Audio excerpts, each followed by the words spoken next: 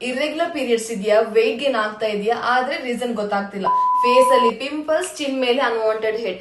Doctor ಹತ್ರ ಹೋದ್ರೆ just hormonal tablets ಕೊಡ್ತಾರೆ, ಬಟ್ ಕಂಪ್ಲೀಟ್ ಆಗಿ ಕ್ಯೂರ್ ಆಗ್ತಿಲ್ವಾ? ಹಾಗಾದ್ರೆ ಈ ರೀಲ್ಸ್ ಅನ್ನು ಪೂರ್ತಿಯಾಗಿ ನೋಡಿ.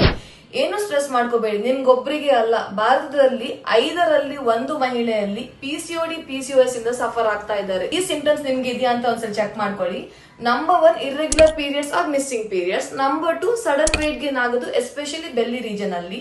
Number 3 skin darkening around neck region ಇಲ್ಲ ಅಂದ್ರೆ ಅಂಡರ್ ಆರ್ಮ್ ರೀಜನ್ ಅಲ್ಲಿ. Number 4 hair fall. Number 5 unwanted facial hair.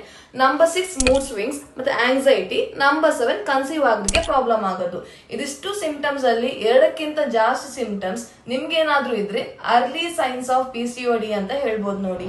ಈ ಡಾಕ್ಟರ್ಸ್ ಕೊಡುವ ಹಾರ್ಮೋನಲ್ ಪಿಲ್ಸ್ ತಗೊಂಡ್ರೆ ಮಾತ್ರ ಪೀರಿಯಡ್ಸ್ ಆಗತ್ತೆ, ಇಲ್ಲ ಅಂದ್ರೆ ಅವರಿಗೆ ಪೀರಿಯಡ್ಸೇ ಆಗಲ್ಲ.